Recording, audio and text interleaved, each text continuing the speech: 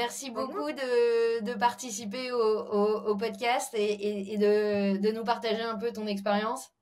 Merci à toi, Pauline, de me faire venir ici. C'est un plaisir. Avec honneur. Oh, Ce que je propose, c'est que tu te présentes. On s'est rencontrés pour contextualiser alors que tu étais dans ton ancien job et que oui, tu allais prendre un rôle de première trésorière pour Cevetis et je vais te laisser te présenter pour introduire le podcast. c'est ça, tout à fait. On s'était rencontrés pour le produit justement Payflows, mais j'allais prendre des fonctions chez Cevetis. Mais avant d'être chez Cevetis, j'étais chez Big Mama, donc le groupe de restauration italienne. J'étais trésorière. J'étais sous la trésorière groupe, donc j'avais envie de plus de responsabilités.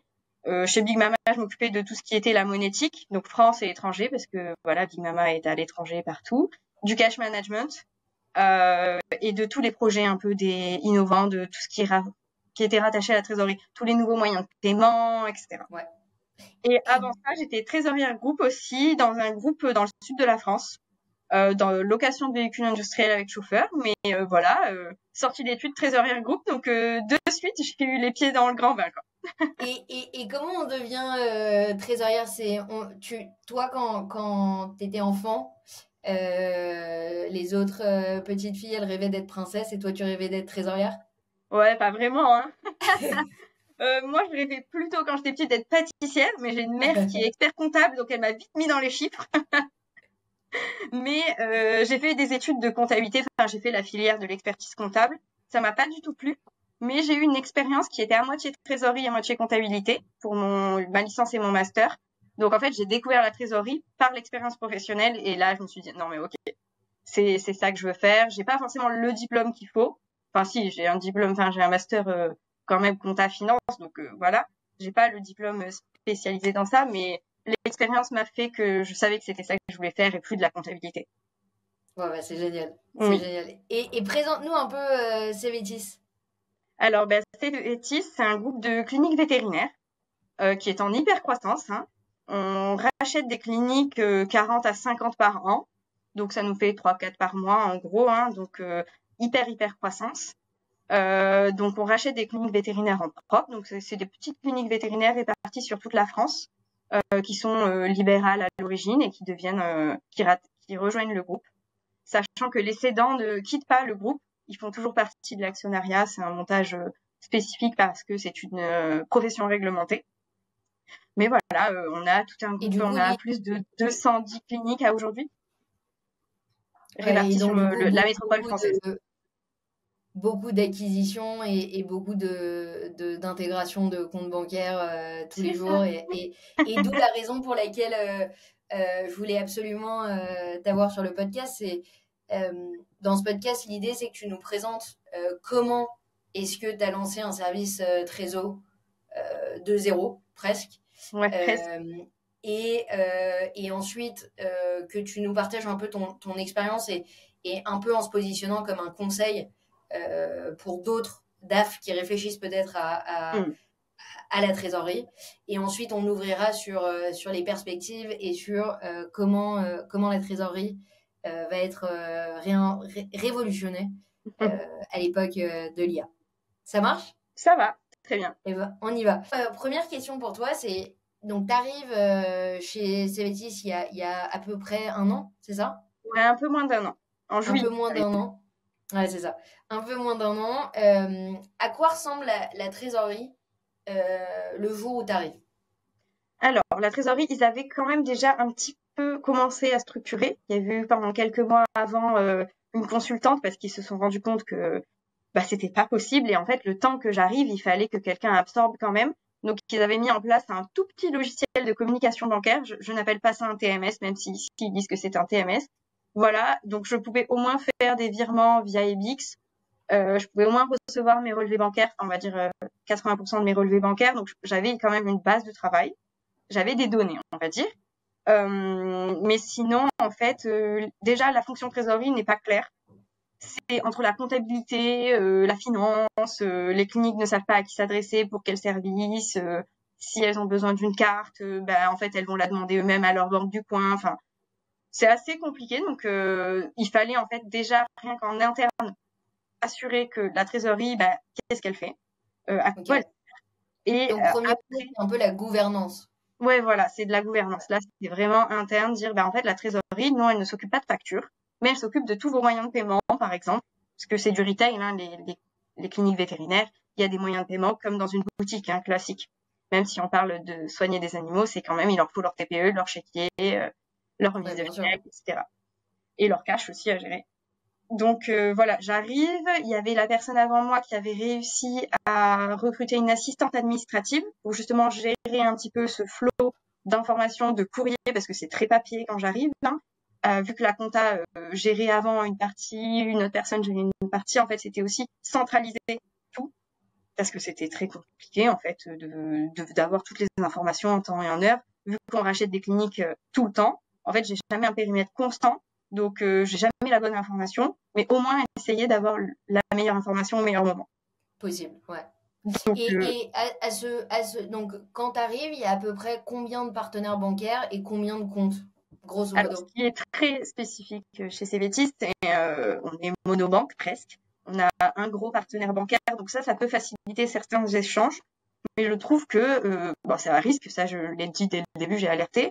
Donc, mais on a à peu près, on va dire, de comptes en banque ouverts sur, on va dire, tout ce qui, je me sers tout le temps, c'est 300, mais je pense que j'en ai 400 ouverts. Parce que j'ai des comptes historiques des cliniques. Quand on les rachète, ils ont déjà des comptes en banque.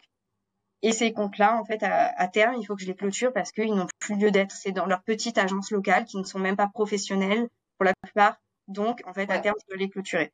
Donc, j'ai énormément de comptes en banque, énormément de partenaires parce que j'ai tous les partenaires locaux. Mais mon partenaire grand groupe, j'ai un seul partenaire, donc ça m'aide quand même beaucoup. J'ai 2 autres banques partenaires grand groupe, mais on est en train de développer la relation. Mais voilà, j'ai énormément de partenaires qui ne parlent pas le langage trésorier, on va dire, qui ne parlent pas le langage groupe, qui parlent le langage oui, monsieur Paul est venu déposer cette espèce, il l'a pas fait sur le bon compte. D'accord, oui, mais il a fait la bonne carte. Enfin, voilà. Du coup, c'est hyper, en fait, c'est compliqué parce que même au niveau des banques, d'habitude, les trésoriers ont l'habitude de parler avec des conseillers pros. Là, pas forcément. Je dois parler à la guichetière, par moment. Donc, c'est un peu plus compliqué. C'est pas du tout le même, voilà. Mais, parce qu'en fait, c'est une sorte d'accumulation de petits commerces qui sont toutes les cliniques. Et toi, tu aides au-dessus à récupérer toutes ces relations je dois centraliser tout. Donc, ils ne comprennent pas forcément les systèmes de tube comptables. Ils ne savent même pas ce que c'est. Enfin, voilà, c'est en ça que c'est compliqué. On va dire, mon métier aujourd'hui, je pense que c'est ma partie la plus dure parce qu'en fait, c'est récupérer ces relations, qui répondent, qu'on récupère les informations, qui soient d'accord aussi, parce que je peux envoyer des cabis, mais ils sont pas d'accord des fois. Enfin, voilà. Donc, voilà, c'est un peu la partie la plus dure. Après, j'ai des prestataires monétiques ou autres, avec eux, ça se passe très bien parce qu'on a mis en place des contrats cadres, tout ça. Mais au niveau des banques locales, c'est un challenge. Et je suis preneuse aussi. S'il y a quelqu'un d'autre qui passe en podcast, s'il a craqué le système, je veux l'astuce. Le message est envoyé. Donc, tu arrives à ce stade, tu as plein de comptes, tu as une donnée, tu as 80% grosso modo de tes comptes où tu as des relevés et de la banque. D'un point de vue reporting et forecast, tu as quoi à peu près? C'est que de l'Excel, hein, soyons honnêtes. C'est des tableaux Excel, des immenses tableaux Excel qu'on monte. Je m'appuie beaucoup sur la comptabilité parce qu'il y a quand même les données comptables qui, eux, obligatoirement c'est obligatoirement bon. Donc, ça m'aide beaucoup pour tout ce qui est les comptes historiques, etc. Si j'ai pas les relevés, des fois, eux, ils arrivent à avoir des infos. Enfin, voilà, je me débrouille entre ce que j'ai moi, ce que la comptabilité a. J'essaye de contacter les cliniques. Donc, en fait, pour l'instant, je n'ai que Excel. Je fais des gros tableaux Excel et voilà. Pour l'instant, la plupart du temps, c'est du Excel. Ok. J'ai pas quand t'arrives, j'ai pas un BI qui pourrait tout me récupérer et me faire tout centraliser. Voilà. Et quand t'arrives et que l'offre d'emploi est publiée, et que tu passes les entretiens, c'est quoi ce qui t'est communiqué comme étant les principaux défis à relever sur ce poste? en fait, c'est déjà, ils sont honnêtes avec moi, ils me disent c'est de l'hypercroissance. Il faut pas avoir peur du volume, il faut pas avoir peur d'être opérationnel par moment et d'être très stratégique à d'autres moments. Voilà. C'est ça qui m'a attirée, moi, justement. Je voulais pas être à la même place tout le temps, je voulais bouger et surtout, je voulais créer un service. Ils m'ont clairement dit, en fait, le service doit être créé, consolidé pour prendre de l'ampleur derrière. Donc, moi, c'est ça qui m'a intéressée. Et oui, le plus dur, c'est l'hypercroissance et le défi de reprendre des cliniques 3 à 4 par mois et de derrière quand même devenir un vrai groupe, c'est quand même quelque chose. Là, on parle de la fonction trésorerie, mais je pense que c'est la même chose au niveau comptable, au niveau paye, au niveau, enfin voilà, c'est hyper compliqué de structurer une entreprise qui a même pas 10 ans et qui est déjà à plus de 200 points de vente. Donc, et qu'on a qu'on a récupéré à chaque fois. Ouais, et avec 4 opérations à gérer tous les mois. C'est ça, 3 à 4, et selon la taille aussi, ça peut changer, quoi. Voilà. Ouais. C'est des toutes petites qui sont au fin fond de la France, où ça se passe très bien parce qu'il y a un seul TPE, un seul vétérinaire, et voilà. Et il y en a où il y a 15 personnes à gérer derrière, des assistantes vétérinaires. Voilà. Donc, les gros points d'accueil, d'attention qu'il y a, c'est attention au volume. Il faut, en fait, il va falloir créer les règles. Tout le système d'antifraude, de sensibilisation, etc. Tout ça, en fait, il n'y a rien qui a été fait parce que c'était la comptabilité qui gérait et c'est pas leur cœur de métier. Donc, Donc voilà. Process, définition des process. Tu as parlé de gouvernance, c'est un peu lié aussi, avec un périmètre hyper mouvant et très large et des opérations, en fait, un périmètre qui bouge tous les mois. Donc un sacré petit défi. Avec aussi quand même, on a une structure financière qui est solide parce qu'on est suivi par un fonds d'investissement. On est quand même sous LBO. Donc il y a quand même ce challenge-là aussi d'assurer les chiffres qu'on sort. C'est pas juste aux fondateurs qu'il faut les présenter. C'est des chiffres qui doivent être solides, justifiés et argumentés. Donc il y a un peu ce côté-là aussi quand même où les données doivent être vraiment, partout, les données doivent être correctes, mais là, encore plus. Parce que, bien sûr. Un besoin avec des investisseurs, donc d'avoir de la robustness dans les process que tu construis. C'est ça. Au bout donc t'arrives, moi je dis toujours que les 90 premiers jours, c'est toujours le moment où on fait un peu son audit et on définit ses priorités. Au bout de 90 jours, tu te dis, c'est quoi mes top priorités, c'est quoi ma roadmap des peut-être 12 prochains mois? Alors, il y en avait, parce que après, j'ai eu la chance d'arriver au mois de juillet, donc il n'y a pas eu de deal en août. Voilà, c'est un peu, je pense, national, hein, en France en août et en décembre, on fait pas grand-chose. Donc j'ai eu la chance d'arriver, d'avoir un mois de juillet avec quelques petits deals, mais le mois d'août pour vraiment me poser sur tout ce qui allait pas. Donc mes gros chantiers, c'était déjà le sujet de gouvernance, de vraiment appuyer la fonction trésorerie, de montrer qu'on était utile et à quoi on servait, et surtout de limiter les échanges au maximum et de standardiser un peu les process. Parce que quand on me demande une chose, je veux pas faire 15 fois la même chose. On va essayer de standardiser et d'autonomiser les gens en local. Donc ça, c'était un gros point. Donc mon assistante administrative m'aide beaucoup sur ça parce que voilà, c'est elle qui est un peu la voix au niveau local. Donc elle m'aide beaucoup. Ensuite, c'était aussi standardiser mais tous les moyens de paiement. Là, on avait des TPE en autonome. Là, j'ai voulu tout centraliser. En fait, c'est on va dire standardiser et placer au niveau groupe tout ce qui est la partie cash, vraiment moyen de paiement. Donc en fait mettre les TPE dans les cliniques, qu'est-ce que tu acceptes, chèque ou espèces, etc. Voilà, les moyens de paiement acceptés, dans quel voilà, moi c'était ça qu'il fallait faire en premier, vraiment le socle opérationnel tant qu'il n'est pas bon, on peut pas avancer plus loin parce qu'en fait on va toujours être gêné par l'opérationnel. Donc déjà satisfaire les cliniques parce qu'ils n'étaient pas forcément satisfaits parce que leur réponse c'était un peu un non-lieu, les questions TPE, qui c'est qui répond. Là aujourd'hui ils ont un vrai partenaire et ils ont des règles, un cadre à respecter et aussi on essaye de leur standardiser et simplifier le process de leur côté comme du mien. Ensuite c'était surtout de récupérer toutes les missions qui étaient de la trésorerie à la trésorerie. de faire un audit envers tous les services, de savoir qui s'occupait de quoi et dire, ben non, ça, c'est pas forcément toi de le faire. Là, tu le fais pas à 100%. Je pense que le mieux, ce serait que je le récupère à 100% et que toi, les 50% que tu me donnais et que moi, je faisais 50%, ben en fait, tu arrêtes de le faire et moi, je fais tout. Donc, c'est vraiment rassembler la gestion des leasing. Enfin, c'est des choses assez bêtes. Mais voilà, essayer de rassembler et aussi essayer d'optimiser les reportings que j'envoyais, de mettre des indicateurs bancaires pour les suivre au jour le jour, d'essayer de simplifier le reporting que j'envoyais, ou justement de le complexifier avec des données selon si c'est hebdomadaire, mensuel. Voilà, c'était rassembler la donnée et bien la reporter. Donc, consolidation de la monétique, c'était le numéro 1 de tes chantiers. Et ensuite adresser les vides de process pour pouvoir centraliser la donnée et positionner la trésorerie dans l'organisation. C'est à peu près ça? C'est ça. Ouais, c'est exactement ça. C'est trouver sa place au sein de l'organisation aux yeux de tous, que ce soit du codir que au niveau de l'assistante vétérinaire qui est en clinique.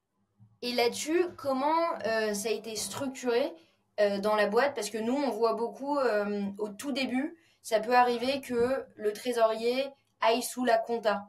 C'est ça. Ce qui crée des choses. Des conflits d'intérêts, clairement. Ça peut bien se passer, mais ça peut aussi pas bien se passer. Comment comment c'est structuré chez vous? Alors, justement, ça a changé il y a peu de temps, mais j'étais sous la directrice comptable, effectivement. Ok. Voilà, donc le truc logique. Je trouve qu'on a quand même, c'est sûr qu'il y a des atomes crochus entre la trésorerie et la comptabilité. Ouais, bien sûr. Vu que la comptabilité s'occupe de tous les virements, etc. Dans la séparation des tâches, il faut que la comptabilité ait son mot à dire quand même, que je sois pas jugée partie quand même. Mais depuis peu, j'ai été plutôt rattachée au DAF directement. Voilà, okay, ouais. avec et ça c'est l'étape. Un directeur qui gère 2 sujets et qui me gère maintenant, mais je suis plus rattachée à la comptabilité. Et je trouve que c'est bien d'être séparée aussi, parce que dans l'esprit, déjà, de plus être rattaché à la comptabilité directement, ça peut aider les gens dans l'organigramme, en fait, tout simplement. À comprendre où ça passe. C'est quoi pour toi les avantages d'être attaché à la compta versus les avantages d'être attaché directement à la direction financière?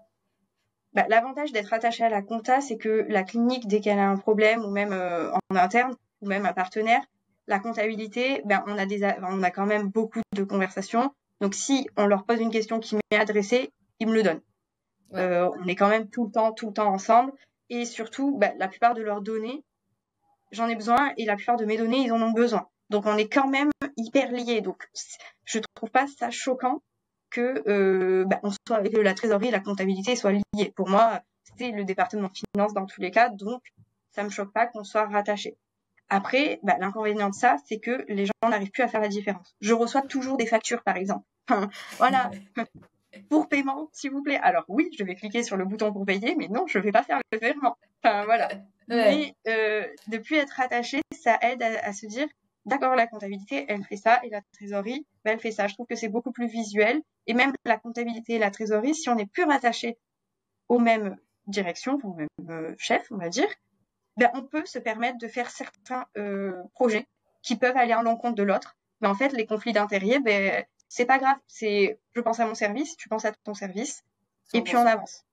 Voilà. 100%. Alors qu'avant, il y a des conflits d'intérêts. Donc, c'est vrai qu'il y a des choses qui pouvaient arranger la trésorerie, mais si ça arrangeait pas la compta et vice versa, en fait, on n'y allait pas vraiment. Alors que là, on peut y aller, en fait. Chaque service va défendre ses intérêts.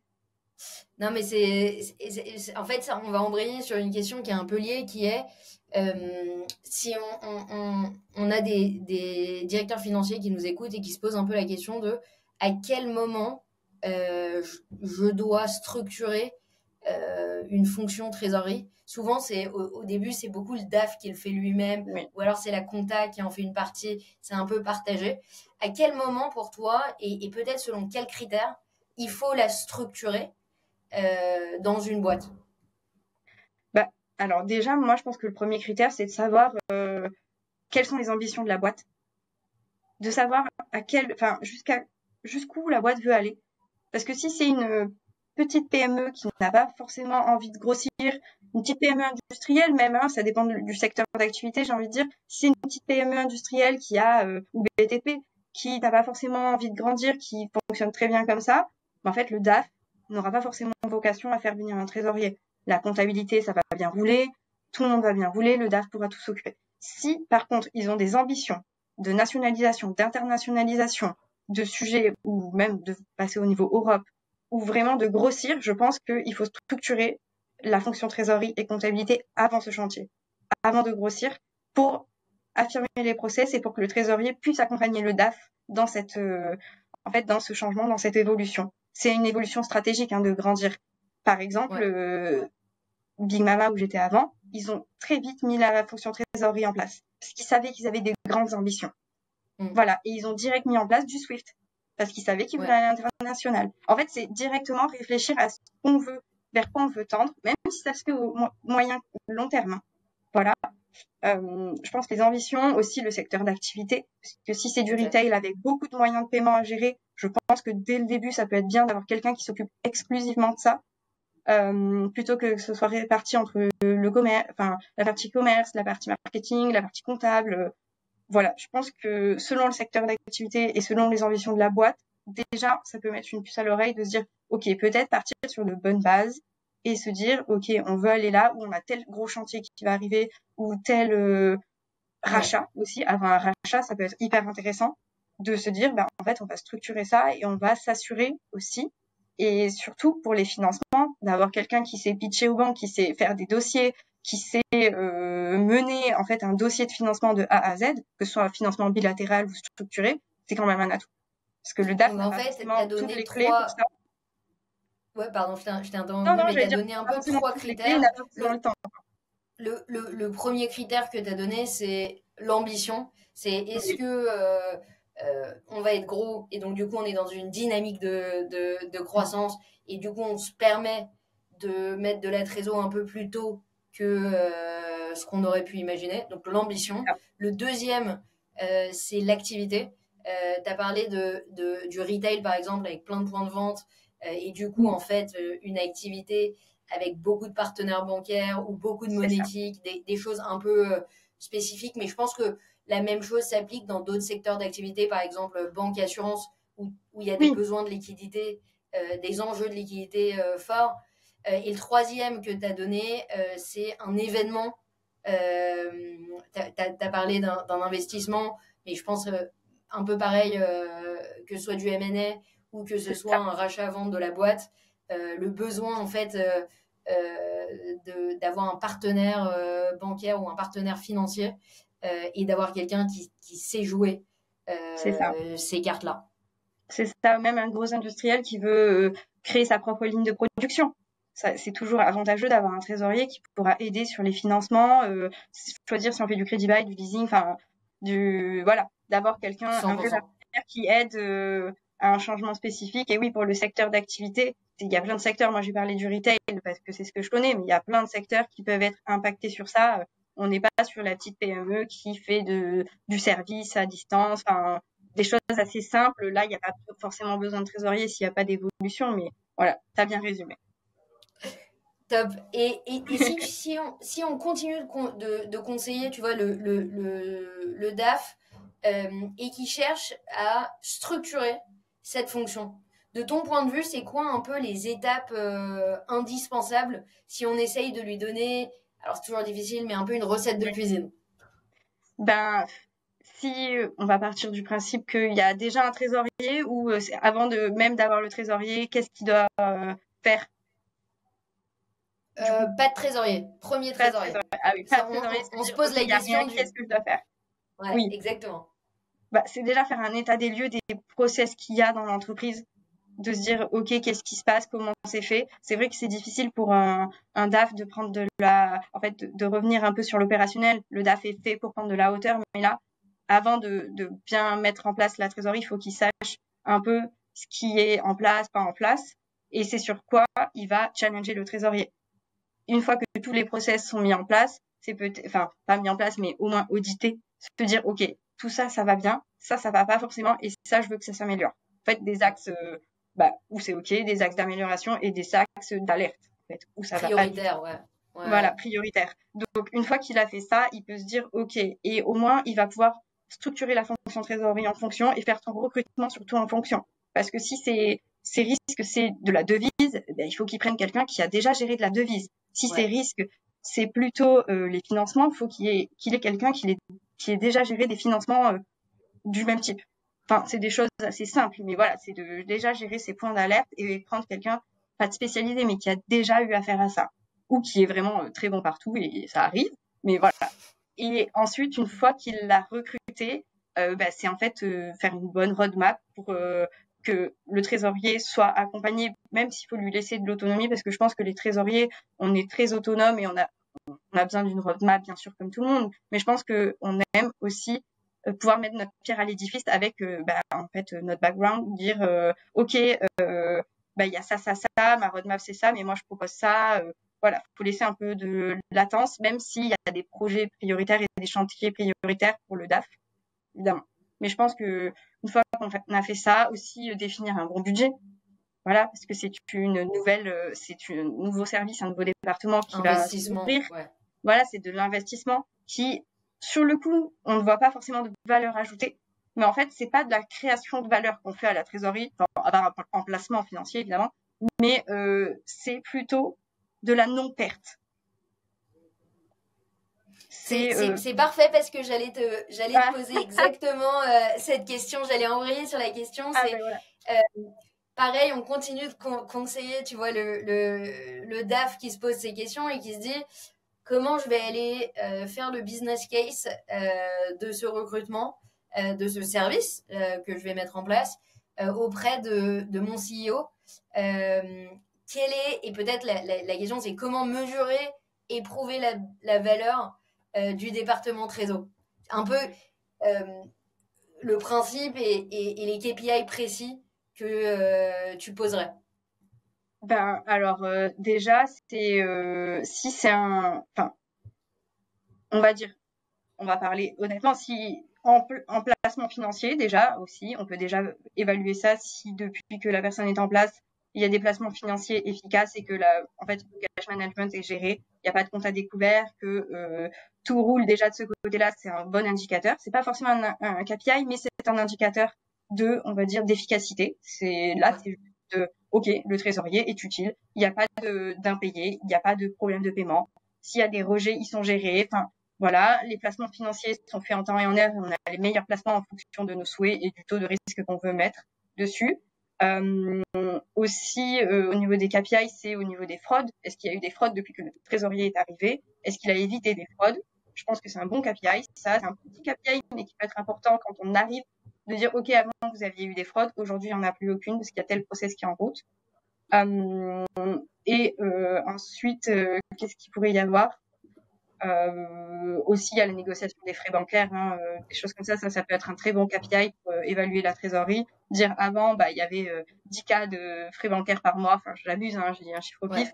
Depuis qu'on est là, on a tout rationalisé et en fait, on a diminué tous les frais bancaires, les flux, on les a diminués. Je pense que ça peut être ça. Et donc en fait, tu dis, je peux vite. Alors ça dépend des business, mais grosso modo, tu te dis, je peux vite rembourser le cost du service trésorerie en économie d'intérêt et en rémunération de placement. Il y a déjà une sorte d'autofinancement qui est disponible. C'est ça, et aussi optimisation des flux, la mise en place de calendrier de paiement. Enfin, il y a des choses comme ça aussi. C'est faire gagner du temps à tout le monde, vu que c'est quelqu'un qui va s'en occuper de A à Z et sécuriser cette partie, parce que l'argent, c'est le nerf de la guerre. On va pas se mentir. Dans l'entreprise, s'il y en a, tout va bien. S'il y en a pas, ça va pas. Et même quand il y en a, on le compte. Enfin, voilà. Donc, clairement. Donc, du coup, la fonction trésorerie sera là pour évaluer et surtout, elle va pouvoir aider aux décisions stratégiques. Donc, ça peut être un KPI aussi des cash forecasts OK, on a envie d'aller vers là. En fait, le trésorier va aider, accompagner à aller vers ce qu'il faut et il va donner les bonnes rênes au CEO ou au CFO pour prendre des décisions Et c'est en ça qu'on peut faire un bon KPI, c'est cash forecast VS réel. Hein. Enfin, voir si le trésorier a été bon de ce côté-là, s'il a amené à prendre des bonnes décisions. Parce qu'un cash forecast, on n'est jamais bon. Si on est bon, c'est que on a su tout à l'avance et c'est bizarre. Enfin voilà. Mais en général, le trésorier peut vraiment aider à prendre des décisions stratégiques et aussi à donner son avis pour tout ce qui est accompagnement au changement quand même, pour tout ce qui est stratégie M&A, stratégie globale, parce que le trésorier pourra dire, en fait, là, je suis pas sûr qu'on ait l'argent, ou OK, go, c'est plutôt logique, voilà. Parce que les trésoriers souvent ont tendance à dire non, mais c'est pas par volonté, c'est que on est obligé des fois, parce que nous, on voit l'entreprise dans sa globalité. Il n'y a pas tous les services qui voient l'entreprise dans sa globalité, alors que nous, on voit chaque service qui coûte, entre guillemets, hein, voilà. On sait ce que ça coûte, on sait ce que la masse salariale coûte, on sait tout ce que ça coûte. Donc nous, on arrive à prendre de la hauteur en disant, en fait, non, là, je peux pas autoriser ce petit écart, parce que non, en fait. Parce qu'en fait, on n'a pas les moyens et on pourrait se mettre en difficulté. C'est ça, en fait. Donc, je pense que ça peut être un bon point pour le CEO de se dire, en fait, il y a quelqu'un qui gère les risques financiers de la boîte. Parce que oui, il y a le contrôle de gestion qui bien sûr gère au quotidien les budgets, etc. Mais je pense que le risque financier, c'était vraiment sur la disponibilité et sur la dette, etc. Donc, ouais, 100%. Et comment, donc là on a un peu présenté le rôle et tu disais, on a commencé en se disant les collaborateurs en moyenne dans la boîte, compta, trésor, tout ça c'est un peu la même chose. Si tu es devant tous les employés de Cévetis et tu dois leur dire la trésor c'est pas la même chose que la compta, la trésor c'est, qu'est-ce que tu leur dirais? Ah oui. Alors, la trésor, c'est pas comme la compta. Et arrêtez de m'envoyer, des factures. Littéralement, j'ai vraiment dit ça parce qu'il y a eu un gros recrutement sur les responsables de secteur. Les responsables de secteur, c'est ceux qui gèrent des cliniques en local et qui passent de clinique en clinique. Et on les a fait venir au siège pour présenter les fonctions support justement, parce que c'est le lien entre les fonctions support et le local, l'opérationnel. Et du coup, j'ai dit, en fait, moi, la trésorerie, donc je gère tout ce qui est paiement. Dès qu'il y a 1 euro, ça parle, c'est la trésorerie. J'ai été concrète, hein, j'ai été très terre à terre. J'ai dit, dès qu'il y a 1 euro qui passe, que ce soit encaissement ou décaissement, ça passe par la trésorerie. Donc, ne vous posez pas la question, c'est nous. Mais par contre, les factures, c'est la compta. Voilà, j'ai dit, la comptabilité gère les comptes. Donc, tout ce qui est facture, devis, etc. C'est eux qui lancent les virements, mais c'est moi qui les envoie à la banque. Et je gère les relations bancaires, les relations avec tout ce qui est partenaire financier. Voilà, j'ai présenté ça un peu comme ça. Ouais. Je suis restée très terre à terre. J'ai dit, dès que ça parle argent, c'est la trésorerie. Quand ça parle pas argent, c'est pas forcément la trésorerie. Voilà. c'est un bon modèle, de présentation. Voilà, parce que j'ai parlé à des opérationnels, donc j'ai été très concrète, très terrain. J'ai dit, en fait, il y a 1 euro, c'est moi. Voilà, je cherchais pas. Moyen de paiement, c'est moi. Voilà. Moi, pour continuer sur l'évolution, ça m'intéresse de savoir comment est-ce que tu positionnes la technologie, et on parlera un peu plus spécifiquement d'IA dans quelques minutes, mais comment est-ce que la technologie aide le trésorier aujourd'hui, et pour ouvrir, comment elle pourrait l'aider demain? Aujourd'hui, je pense que la fonction trésorerie est devenue incontournable dans beaucoup d'entreprises, ce qui n'était pas le cas il y a 30 ans. Hein. Vraiment, j'en parle avec, par exemple, ma mère ou d'autres DAF qui, voilà, sont des vieux de la vieille. La fonction trésorerie, les trésoriers, ça n'existait pas. Voilà. Je pense que la technologie a aidé à faire émerger cette fonction parce qu'on a, en fait, les outils bancaires sont devenus de plus en plus complexes. Nous aussi, la fonction finance est devenue de plus en plus complexe. Donc, la technologie nous a forcés à nous spécialiser et à devoir gérer en fait ces outils de technologie. Donc, le trésorier, oui, il a un langage propre à lui, qui est à moitié un langage bancaire, à moitié un langage corporate, à moitié un langage, on va dire, général. Mais voilà, il n'y a que le trésorier qui arrive à prendre ces dimensions-là et à gérer toutes ces technologies-là, parce que c'est vraiment toutes des technologies différentes. Et on a réussi à créer une technologie exprès pour les trésoriers, qui est le TMS, qui rassemble un peu tout ça. Et je pense qu'avant, on va dire, l'invention du TMS, le trésorier ne pouvait pas être ce qu'il est aujourd'hui, parce qu'on a tous à notre disposition. Vraiment, sans un TMS, aujourd'hui, un trésorier, je pense qu'il est, il est au début. Je pense que c'est juste le début d'une fonction et qu'une fois que le TMS est mis en place, là, on a le champ des possibles. Ouais, il peut commencer à travailler. À s'amuser. Et l'IA dans tout ça, qu'est-ce que tu vois que l'IA peut apporter? Et est-ce que dès aujourd'hui, toi, tu travailles avec de l'IA en trésor? Oui. Alors, en trésor, pour l'instant, non, parce que j'ai pas encore un SI vraiment adapté. J'ai pas un SI fixe pour l'instant. J'ai pas de TMS en place, donc c'est On va se parler bientôt. Ce que je fais. On va se parler bientôt. Voilà. Ouais, j'espère. Non, l'IA, vraiment, je pense qu'il y a plein de petites tâches que un trésorier fait aujourd'hui, avec ou sans TMS, voilà. Ça va nous révolutionner, pas que la fonction trésorerie, parce que je pense que la gestion des mails ne sera pas la même, la gestion des réunions ne sera pas la même, les interactions ne seront pas les mêmes, parce que je milite pour qu'on mette en place un chatbot chez ces bêtises pour que les cliniques puissent s'adresser d'abord au chatbot et que ça fasse des demandes par mail, etc., pour que j'ai un peu moins de mails et que tout le monde ait un peu moins de mails. Donc déjà, il y a ça. Quand on travaille en réseau, je pense que l'IA peut simplifier tout. Puisque ça se fait une grosse base de données, on pose la question et là, paf, il y a la réponse parce qu'il y a tout le process qui est écrit qui est derrière. Alors qu'aujourd'hui, en fait, c'est une personne qui connaît ce process, qui répond à la clinique ou qui répond à la personne, même des fois c'est en interne. Hein. Donc déjà, je pense que l'IA au niveau de ça va vraiment aider les échanges humains parce que ça va nous libérer de la place pour les échanges vraiment complexes. Ça va nous 100%. libérer, tout ce qui est simple. La charge mentale. Voilà, la charge mentale, l'IA, elle va nous prendre notre charge mentale. Ouais, de relancer la banque, d'identifier. Donc là, l'IA, elle va s'en occuper. Enfin, voilà, des choses comme ça. Ça va aller très simplement. Ensuite, au niveau de la fonction vraiment pure trésorerie, je pense que tout ce qui est cash forecast, ça va vraiment aider. Moi qui ai un périmètre beaucoup, je pense que l'IA va pouvoir m'aider.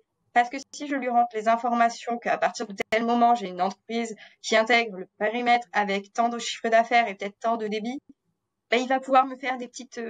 m'aider, en fait, à me projeter un peu plus.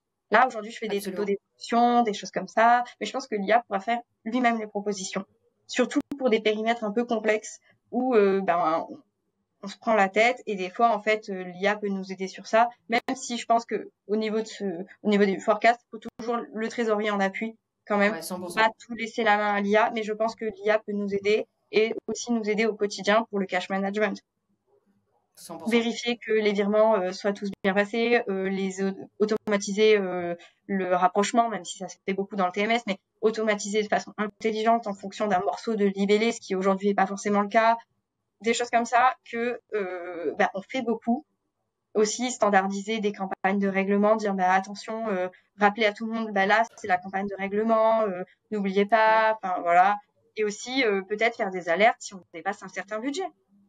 Nous faire des alertes de attention, là on avait prévu tant, finalement on dépasse. Qu'est-ce qu'on fait?